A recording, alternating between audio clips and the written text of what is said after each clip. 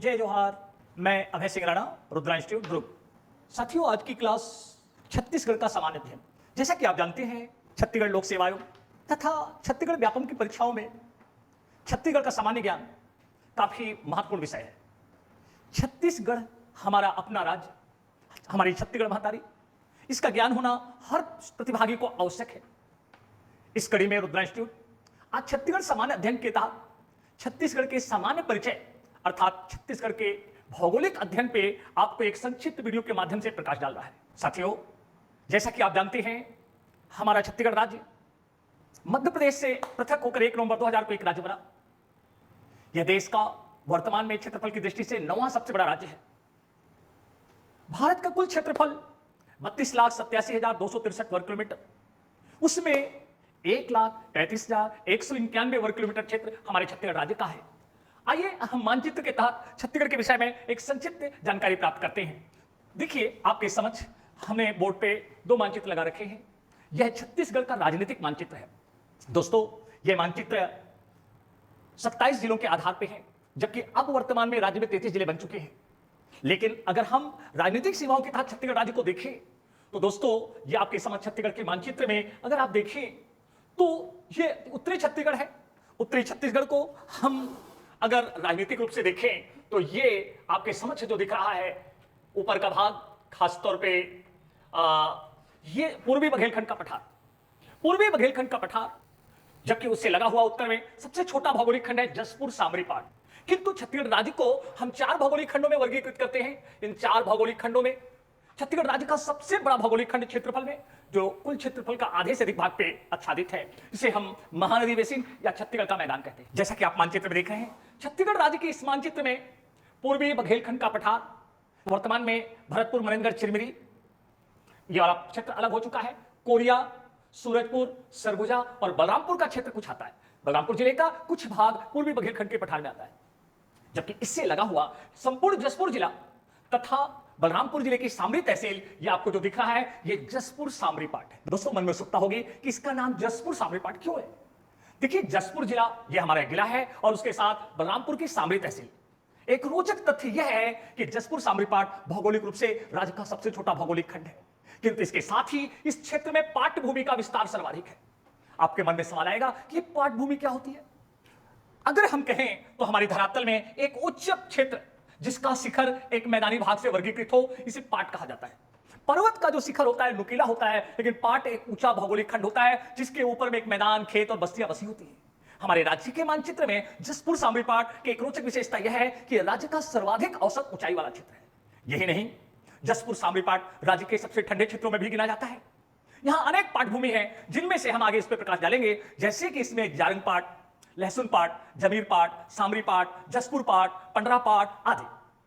तो दोस्तों, आपने छत्तीसगढ़ राज्य के रूप में अगर आप देखा तो सबसे पहला भौगोलिक खंड है पूर्वी बघेलखंड का पठार। आखिर उत्तरी छत्तीसगढ़ में जो सरगुजा संभाग है, जो मुख्यतः 2 भौगोलिक खंडों में बटा हुआ है, पूर्वी बघेलखंड का पठार और जसपुर सामरीपाट। ये पूर्वी बघेलखंड का क्या है दोस्तों? अविभाजित मध्य प्रदेश में मध्य प्रदेश का सीधी सिंगरौली और हमारे वर्तमान छत्तीसगढ़ का सरगुजा संभाग, ये बघेलखंड के पठार के नाम से जाना जाता था।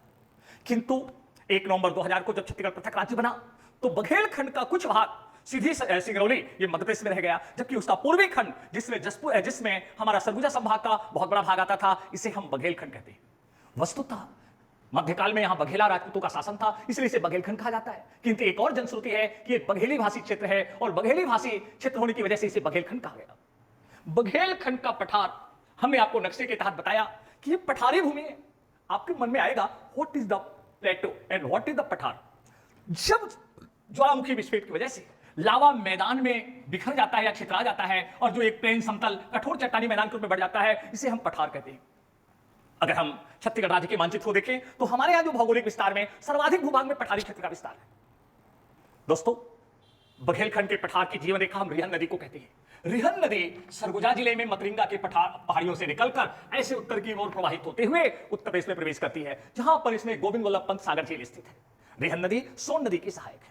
अच्छा, आपने ध्यान दिया, रिहन नदी का उद्गम कहां से होता है? सरगुजा जिले में मतरिंगा की पहाड़ियों से। सरगुजा संभाग की जीवन रेखा हम किसे कहते हैं? हम सरगुजा संभाग की जीवन रेखा रिहन नदी को कहते हैं।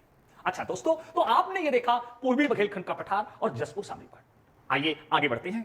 छत्तीसगढ़ के मानचित्र को अगर आप देखें तो संपूर्ण मध्यवर्ती भूभाग, ये जो मध्यवर्ती भूभाग है, जो राज्य का लगभग 50% से अधिक भाग है, इसे हम छत्तीसगढ़ का मैदान या महानदी बेसिन के नाम से जानते हैं।